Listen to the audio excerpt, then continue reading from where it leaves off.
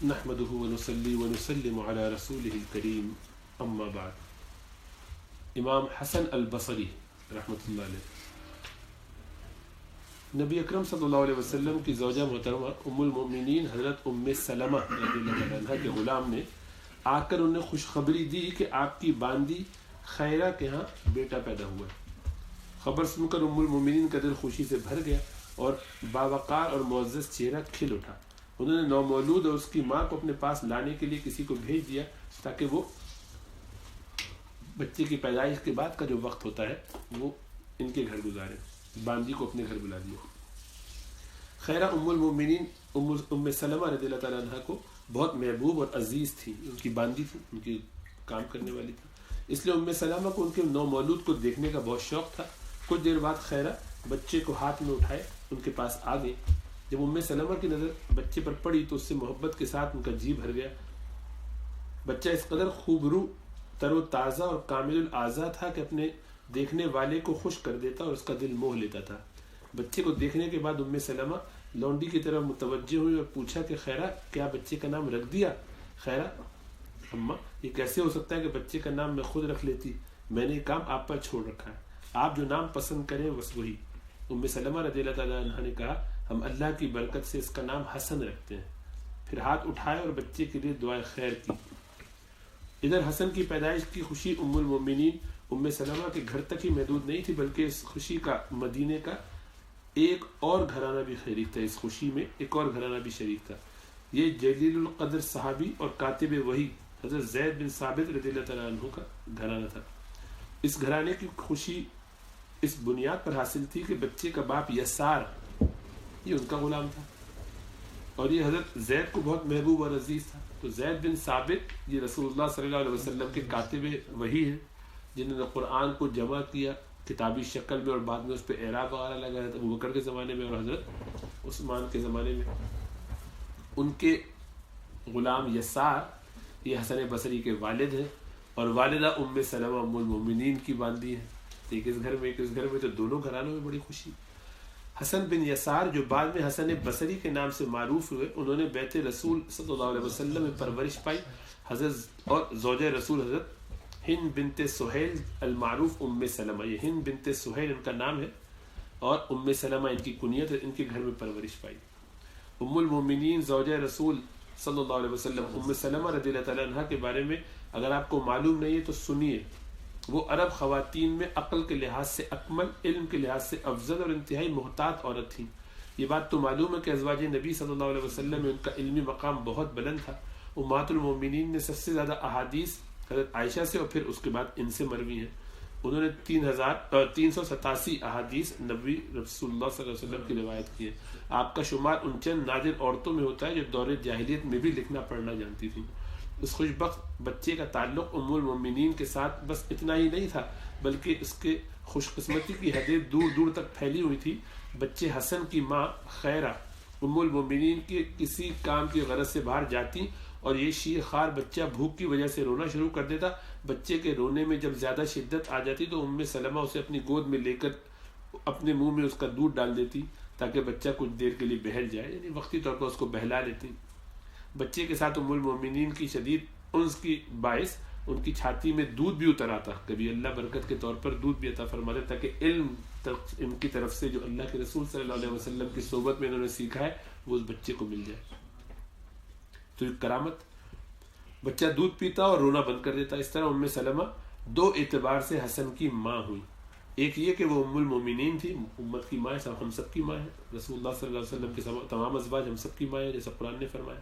اور امت کے دیگر لوگوں کے ساتھ ساتھ دوسرا ان کو یہ حاصل ہوا کہ وہ گویا دودھ شریک اولاد جو ہوتی ہے جس کو رضائی اولاد کہتے ہیں, تو اس طرح سے ان کی رضائی ماں بن گئی. امہات المومنین کے گھرانوں میں مضبوط اور خوشگوار تعلقات نے حسن کو یہ موقع فراہم کر دیا تھا کہ وہ ان گھروں میں آتے جاتے رہے اور ازواج کے گھروں میں بھی آتے تھے, اللہ کے رسول صلی اللہ علیہ وسلم کے اور گھرانوں میں بھی جاتے آتے. ان کی مالکاؤں کے اخلاق سے آراستہ, ان کی ہدایت و رہنمائی سے بہرہ یاب ہوتے رہے. جیسا کہ وہ خود اپنے بارے میں بیان کرتے ہیں کہ وہ ان گھرانوں کے ماحول میں اپنے دلربا کھیل کود اچھل کود اور مستقل جو ہے بتایا کرتے تھے, یہاں تک کہ وہ مکانوں کی چھتوں پر چڑھ جایا کرتے, چھلانگیں لگایا کرتے تھے. تو ان ازواج مطہرات کے پاکیزہ گھروں میں ایسے ماحول میں بھی پلے بڑھے اور وہیں پہ ان کا پورا پڑھنا لکھنا آگے ہوا۔ حسن نبوت کی خوشبوؤں سے معطر ان چمکتی دمکتی فضاؤں میں آزادانہ پرورش پانے لگے، ہدایت و اخلاق کے ان میٹھے سرچشموں سے سیراب ہونے لگے جن سے امت المومنین کے گھرانے لبریز تھے۔ ادھر مسجد رسول صلی اللہ علیہ وسلم میں کبار صحابہ کی شاگردی میں بیٹھنے لگے، وہ مجلسیں ہوتی تھی، سب اس میں شرکت کرتے۔ انہوں نے عثمان بن عفان رضی اللہ تعالیٰ عنہ، علی بن ابی طالب رضی اللہ تعالیٰ عنہ، ابو موسیٰ اشعری رضی اللہ تعالیٰ عنہ، عبداللہ بن عمر، عبداللہ بن عباس، انس بن مالک، جابر بن عبداللہ جیسے بڑے بڑے صحابہ سے علم سیکھا، انہی سے حدیثیں روایت کرتے تھے۔ اور سب سے زیادہ امیر المومنین حضرت علی رضی اللہ تعالیٰ عنہ سے ان کو شدید انس اور محبت تھا۔ دراصل حضرت علی رضی اللہ تعالیٰ عنہ کی دین میں راست فکری، عبادت میں خوبصورتی، دنیا کی زیب و زینت سے کنارہ کشی، غیر مبہم انداز گفتگو، حکیمانہ بلاغت اور دلوں کو ہلا ڈالنے والے واضح و نصیحت نے حسن کو بہت مرعوب اور مسحور کر رکھا تھا، یعنی بہت ان کے دیوانے تھے۔ یہی وجہ ہے کہ حسن رضی اللہ تعالیٰ عنہ نے عبادت و زہاد، یعنی زاہد ہونے میں، دنیا سے کنارہ کشی میں انہی بلند اخلاق کو اپنایا جو امیر المومنین حضرت علی رضی اللہ تعالیٰ عنہ کا خاصہ تھا، اور گفتگو میں فصاحت بلاغت کے اسی منہج پر وہ گامزن ہوئے جس پر حضرت علی رضی اللہ تعالیٰ عنہ رواں دواں رہے۔ حسن رضی اللہ تعالیٰ عنہ جب عمر کے 14ویں سال میں پہنچ کر آدمیوں کی صف میں داخل ہوئے تو اپنے والدین کے ہمراہ مدینے سے بصرہ منتقل ہو گئے اور خاندان کے ساتھ وہیں رہنے لگے۔ اسی وجہ سے وہ بصرہ کی طرف منسوب ہوئے اور عوام میں حسن بصری کہلانے لگے۔ جن دنوں حسن بصری نے بصرہ کا رخ کیا، ان دنوں بصرہ اسلامی سلطنت کا ایک مضبوط علمی قلعہ تھا۔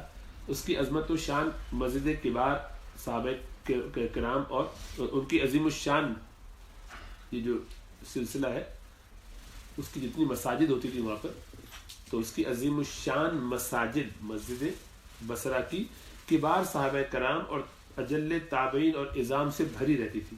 مختلف علمی حلقوں نے مسجد کے صحن اور جائے نماز کو آباد و شاد کر رکھا تھا۔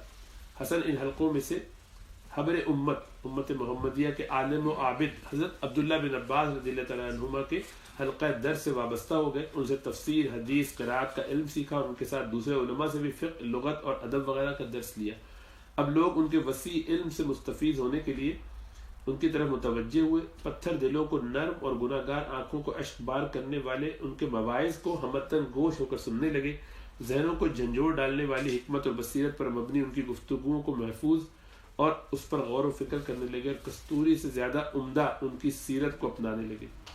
حسن بصری رضی اللہ تعالیٰ عنہ کی علم و فہم اور حکمت و بصیرت کا چرچا دور دور تک پھیل گیا۔ خلفاء اور عمراء نے ان کے بارے میں پوچھنا اور ان کے واقعات کو سننا شروع کر دیا۔ خالد بن صفوان بیان کرتے کہ میں مسلمہ بن عبد الملک کو ہیرا میں ملا تو انہوں نے مجھ سے پوچھا کہ اے خالد، بصرہ کے حسن کی کوئی بات سناؤ، میرا خیال ہے کہ تجھ سے زیادہ ان کے حالات سے کوئی واقف نہیں ہوگا۔ میں نے کہا اللہ آپ کو سلامت رکھے، واقعی میں ان کے بارے میں آپ کو بہترین معلومات دے سکتا ہوں، کیونکہ میں تو بصرہ میں ان کے گھر میں رہتا ہوں اور ان کی مجلس میں بیٹھتا ہوں، لہٰذا مجھ سے زیادہ ان کے بارے میں کون جان سکتا ہے۔ مسلمہ تو پھر بتائیے جو کچھ آپ کو معلوم ہے۔ میں نے کہا کہ اس شخص کی خلوت اور اس کی جلوت جیسی اور اس کی گفتگو اس کے عمل جیسی ہے، یعنی اس کی تنہائی اور اس کے باہر لوگوں کے سامنے حالات ایک جیسے ہیں۔ اس کی گفتگو اس کے عمل کے مطابق ہے۔ جب وہ کسی کو بھلائی کرنے کے لیے کہتے ہیں تو لوگوں میں اس کی بھلائی کے سب سے زیادہ عامل وہ خود ہوتے ہیں، وہ کام خود کر رہے ہوتے ہیں۔ کسی کو برائی سے منع کرتے ہیں تو خود اس برائی کو سب سے زیادہ چھوڑنے والے ہوتے ہیں، تارک ہوتے ہیں۔ میں نے ان کو لوگوں سے بے نیاز اور متاع دنیا سے بیزار پایا، دنیا کی طرف کوئی رغبت نہیں، جبکہ ان کے پاس جو علم ہے لوگوں کو اس کا محتاج اور طلبگار دیکھا، لوگ ان کی طرف طلب لے کر آتے علم کی۔ مسلمہ نے یہ سن کر کہا کہ خالد بس کرو بس کرو، وہ قوم کیسے گمراہ ہو سکتی ہے جس میں حسن بصری جیسا شخص موجود ہو۔ حجاج بن یوسف جب عراق کا گورنر بنا اور اپنے اختیارات میں طغیان اور جبر پر اتر آیا تو حسن بصری ان معدود چند آدمیوں میں سے تھے جو اس کی سرکشی کے آگے رکاوٹ بن کر کھڑے ہو جاتے۔ عوام الناس میں اس کے افعال قبیحہ کا برسرعام تذکرہ کرتے اور کلمہ حق کو حجاج کے منہ پر دے مارتے۔ اس ضمن میں ایک واقعہ مذکور ہے کہ حجاج نے واسط شہر میں اپنے لیے ایک محل بنایا۔ محل کی تعمیر مکمل ہو گئی تو حجاج نے اعلان کیا کہ لوگ اس کے لیے برکت کی دعا کرنے نکلے۔ اب حسن چاہتے تھے کہ عوام الناس سے مخاطب ہونے کا یہ موقع ضائع نہ ہو جائے، لہذا وہ بھی لوگوں کی طرح اس طرف چل پڑے تاکہ انہیں واضح و تذکیر کرے۔ سامان دنیا کے سحر سے بچنے اور اللہ کے ہاں موجود متاع آخرت کا حریص بننے کا درس دے۔ حسن وہاں پہنچے تو دیکھا کہ لوگ بلند و بالا مہر کے ارد گرد گھوم رہے ہیں، اسے دیکھ رہے ہیں، اس کے ستونوں کی چمک سے مروب ہو رہے ہیں، وسیع و عریض گوشوں سے دہشت زدہ اس کے حسن و جمال سے مسحور ہو رہے ہیں۔ حسن نے ان کی کیفیت دیکھ کر انہیں مخاطب کیا اور گویا ہوئے، ہم نے بدترین شخص کی عمارت پر غور کیا تو فرعون کی تصویر ہمارے سامنے آئی۔ اس نے بڑی مضبوط اور بلند و بالا عمارتیں بنائی تھی، لیکن اللہ نے اس کو بھی ہلاک کر ڈالا اور اس کی ان تعمیرات کو بھی نیست و نابود کر دیا جو اس نے بنائی تھی۔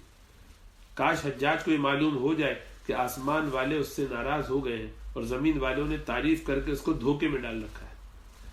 حسن و اور جلال اور زہد و کمال کے ساتھ اپنی رفتار سے گفتگو کرتے رہے۔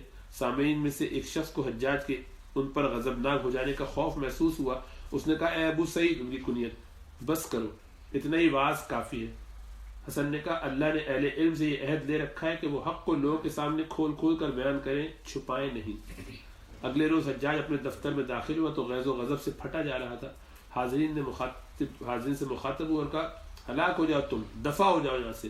بصرہ کا ایک غلام اٹھتا ہے اور جو جیتا آتا ہے کہتا ہے، لیکن تم میں سے کوئی نہیں کہ جو اس کو خاموش کرائے اور برا بھلا کہے۔ اللہ کی قسم میں تم بزدلوں کو اس کا خون پلا کر چھوڑوں گا۔ پھر حجاج نے تلوار اور چمڑے کا فرش لانے کا حکم دیا۔ دونوں چیزیں حاضر کر دی گئی۔ جلاد کو بلایا کہ وہ بے حس و حرکت اس کے سامنے کھڑا تھا۔ پولیس کے کچھ سپاہی بھیجے اور ان کو حکم دیا کہ حسن کو میرے پاس لے آؤ۔ کچھ دیر بعد حسن آ گئے۔ قتل کے خوف سے لوگوں کی نظریں ان پر گڑ گئی اور دل دہل گئے۔ جب حسن نے تلوار، فرش اور جلاد کو دیکھا تو ہونٹوں کو حرکت دی، پھر مومنانہ جلال، مسلمانہ اعزاز اور داعیانہ وقار کے ساتھ حجاج کی طرف بڑھے۔ حجاج نے ان کی کیفیت دیکھی تو اس پر شدید ہیبت طاری ہو گئی، کہنے لگا، اے ابو سعید، تشریف لائیے، تشریف لائیے۔ حجاج مسلسل ان کی عزت و تکریم میں رب اللسان رہا، خود ان کی تعریفیں شروع کر دی الٹی، اور تشریف کہتا رہا، یہاں تک کہ حسن کو اس نے اپنے تخت پر اپنے برابر میں بٹھا لیا۔ جب حسن تشریف فرما ہوئے تو حجاج ان کی طرف متوجہ ہوا، امور دین سے متعلق مسائل پوچھ رہا تھا، اور حسن مسحور کن انداز میں گفتگو اور وسیع علم کے ساتھ پوری دل جمعی کے ساتھ ہر سوال کا جواب دے رہے تھے۔ حجاج نے حسن کے اس رفت علم کی بلندی کو دیکھ کر کہا، اے ابو سعید، آپ تو سید العلماء ہیں، علماء کے سردار ہیں۔ پھر خوشبو منگوا کر ان کی داڑھی میں لگائی، انہیں باغ وقار انداز میں الوداع کہا اور جائیے۔ حسن ان کے پاس سے باہر آئے تو ایک چوکیدار ان کے پیچھے تھا۔ اس نے کہا، اے ابو سعید، حجاج نے آپ کو کسی اور مقصد کے لیے بلایا تھا، اور میں نے دیکھا کہ جب آپ آئے اور تلوار اور فرش پر نظر ڈالی تو اپنے ہونٹوں کو حرکت دی، آپ اس وقت کیا پڑھ رہے تھے؟ حسن نے جواب دیا کہ میں نے کہا کہ یا ولی، اے مجھے نعمت عطا فرما، یا ولی نعمتی وملاذی عند قربتی، اجعل نقمتہ بردا وسلاما علی کما جعلت النار بردا وسلاما علی ابراہیم، کہ اے مجھے نعمتیں مہیا کرنے والے اور مصیبت کے وقت میری دستگیری کرنے والے، اس کے غضب کو میرے لیے اسی طرح ٹھنڈک اور سلامتی بنا دے جس طرح تو نے ابراہیم علیہ السلام کے لیے آگ نمرود کو ٹھنڈک اور سلامتی بنا دیا تھا۔ حسن بصری، یہ جب اللہ سے تعلق ہوتا ہے اور بندہ دعا کرتا ہے تو بڑے بڑے پگھل جاتے ہیں سامنے، یہ ایمان کی علامت ہے، یہ تعلق مع اللہ ہے۔ حسن بصری کے عمراء اور گورنروں کے ساتھ پیش آنے والے اس طرح کے بہت سے واقعات ہیں، اور وہ ان تمام مشکلات سے اس طرح نکلے کہ حکمرانوں کے نزدیک وہ اور زیادہ عظیم اور اللہ کے ہاں اور زیادہ عزیز و معزز ٹھہرائے۔ خلیفہ زاہد عمر بن عبدالعزیز کی رحلت کے بعد خلافت یزید بن عبد الملک کو منتقل ہوئی، اور اس نے عمر بن حبیرہ فزاری کو عراق کا گورنر بنایا۔ پھر اسے مزید اختیار دیتے ہوئے خراسان کو بھی اس کے زیر نگرانی کر دیا۔ دوسری طرف وہ اپنے عظیم پیش رو کی زندگی کے برعکس زندگی گزار رہا تھا۔ یہ عمر بن حبیرہ کو خط بھیجتا اور اس کو حکم دیتا رہتا کہ جو احکام ان خطوط میں لکھے ہیں ان کو وہاں نافذ کرو، خواہ کسی وقت حق سے متصادم ہی کیوں نہ ہو، حق ہو یا غلط ہو، ظلم ہو، جو بھی ہو۔ اب عمر بن حبیرہ نے حسن بصری اور عامر بن شرابی شعبی کو بلایا اور ان سے کہا کہ امیر المومنین یزید بن عبد الملک کو اللہ تعالیٰ نے اپنے بندوں پر حکمران بنایا، لوگوں پر اس کی اطاعت کو واجب قرار دیا ہے۔ مجھے انہوں نے عراق کی گورنری سونپی ہے، جیسا کہ آپ جانتے ہیں، پھر ایران کی گورنری بھی مجھے دے دی ہے۔ وہ بعض اوقات مجھے ایسے خطوط لکھتے ہیں جن میں مذکور احکام کے نفاذ کا حکم ہوتا ہے، لیکن میں ان کے مبنی بر انصاف ہونے میں مطمئن نہیں ہوں، ظلم کی باتیں ہیں۔ کیا آپ خلیفہ کی اطاعت اور اس کے احکام کے نفاذ میں میرے لیے دینی اعتبار سے کوئی درمیانی راہ نکال سکتے ہیں کہ اس کی بات بھی مان جاؤ اور اس کے خلاف نہ کرنا پڑے، ورنہ وہ تو قتل کر دیتا ہے۔ شعبی نے جو جواب دیا اس میں خلیفہ کے لیے نرم پہلو تھا. امام شافعی نے ذرا نرمی کا راستہ نکالا اور گورنر کے لیے جواز کی راہ نکل رہی تھی. ادھر حسن خاموش تھے. عمر بن حبیرہ ان کی طرف متوجہ ہوئے اور کہا ابو سعید آپ کی کیا رائے ہے؟ اس پر حسن نے جواباً فرمایا کہ اے ابن حبیرہ یزید کے معاملے میں تو اللہ سے ڈر، لیکن اللہ کے معاملے میں یزید سے خوف مت کھا. یہ جان رکھ کہ اللہ تمہیں یزید سے بچا لے گا، لیکن یزید تمہیں اللہ کی گرفت سے نہیں بچا سکتا. اے ابن حبیرہ ہو سکتا ہے کہ عنقریب تیرے پاس وہ زبردست فرشتہ آ جائے جو اللہ کے حکم سے ستابی نہیں کرتا، پھر وہ تجھے اس تخت حکمرانی سے محروم کر کے قبر کی تنگ و تاریک کھو میں پہنچا دے، جہاں تجھے یزید نہیں ملے گا بلکہ تیرے وہ عمل تیرے لیے وبال بن جائیں گے جن میں تو نے یزید کے رب کی نافرمانی کی ہے. اے ابن حبیرہ اگر تو اللہ کی اطاعت میں رہے گا تو وہ تجھے دنیا اور آخرت میں یزید بن عبد الملک کی سزا سے بچا لے گا، اور اگر تو یزید کا ساتھ دے گا تو اللہ کی معصیت کا ارتکاب کرے گا اور اللہ سبحانہ وتعالیٰ تجھے یزید ہی کے سپر کر دے گا. یہ دوسرا یزید بائی دا وے، یہ یزید بن معاویہ کی بات نہیں ہو رہی تھی. اے ابن حبیرہ یہ جان لے کہ مخلوق میں سے جو بھی اللہ کی معصیت کا حکم دے اس کی اطاعت ہرگز نہ کر. یہ بات سن کر عمر بن حبیرہ فزاری رو پڑے حتیٰ کہ آنسوؤں میں ان کی داڑھی تر ہو گئی، اور ابن حبیرہ شعبی سے رخ موڑ کر حسن کی طرف متوجہ ہو گئے اور ان کو بہت احترام اور اعزاز کے ساتھ رخصت کیا. جب یہ دونوں عالم ابن حبیرہ سے فارغ ہو کر باہر نکلے اور مسجد کا رخ کیا تو لوگ ان کے گرد اکٹھے ہو گئے. گورنر سے ہونے والی ملاقات کا احوال پوچھنے لگے. شعبی لوگوں کی طرف متوجہ اور فرمایا کہ لوگوں تم میں سے جس کو بھی کوئی موقع ملے کہ وہ مخلوق کے سامنے اللہ کی عظمت و کبریائی بیان کرے تو اسے لازماً یہ کرنا چاہیے. اس ذات کی قسم جس کے قبضے میں میری جان ہے، حسن نے عمر بن حبیرہ سے جو فرمایا ہے میں اس سے لا علم نہ تھا، مگر میں نے ابن حبیرہ سے جو کچھ کہا اس میں اس کی خوشنودی پیش نظر تھی، لیکن حسن نے اس سے جو کچھ کہا اس میں اللہ کی رضا مطلوب تھی. لہٰذا اللہ نے مجھے ابن حبیرہ سے دور اور حسن کو ان کے قریب کر دیا. حسن بصری نے قریباً 80 سال عمر پائی، جس کے دوران علم و حکمت اور فقہ و فراست سے دنیا کو مالا مال کیے رکھا. بعد میں آنے والوں کے لیے انہوں نے جو مواعظ اور وصایا چھوڑے وہ ہمیشہ دلوں کی شادابی کا سامان فراہم کرتے رہیں گے. ان کے یہ مواعظ سیدھے دلوں کو جھنجھوڑتے ہیں، سدا دلوں کو جھنجھوڑتے رہیں گے، آنکھوں کو اشک بار کرتے رہیں گے، مائل اللہ لوگوں کو رہنمائی دیں گے اور دنیا کی حقیقت سے غافل لوگوں کے لیے تنبیہ کا کام کرتے رہیں گے. ان کا ایک قول ہے کہ جو انہوں نے دنیا کی حقیقت سے متعلق سوال کرنے والے ایک شخص کے جواب میں فرمایا تھا، کہتے ہیں تو نے مجھ سے دنیا اور آخرت کے بارے میں پوچھا ہے تو سن، دنیا اور آخرت کی مثال مشرق و مغرب جیسی ہے، تو جس قدر ایک کے قریب ہوگا اسی قدر دوسرے سے دور ہوتا رہے گا. تو نے مجھ سے دنیا کے گھر سے متعلق پوچھا ہے تو میں اس گھر کا کیا حال بتاؤں جس کا آغاز مشقت و تکلیف سے ہوتا ہے اور اختتام فنا ہے. اس کے حلال کا حساب دینا پڑے گا اور حرام کا عذاب بھگتنا پڑے گا. یہاں جس کو خوشحالی میسر ہے وہ آزمائش میں ڈالا جاتا ہے، اور جو مفلس ہے وہ اپنی مفلسی پر افسوس کرتا رہتا ہے.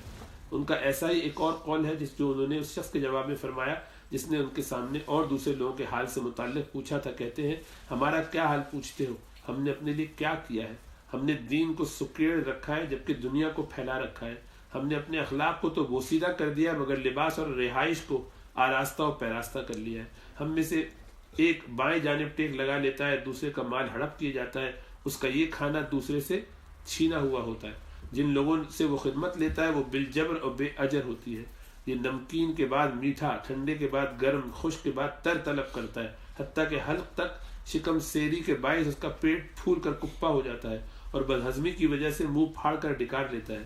پھر کہتا ہے کہ کوئی ہاضمے کی چیز لاؤ جو اس کھانے کو ہضم کر ڈالے. اے نادان، اللہ کی قسم تو نے کھانا نہیں ہضم کیا بلکہ اللہ کا دین ہضم کر ڈالا ہے.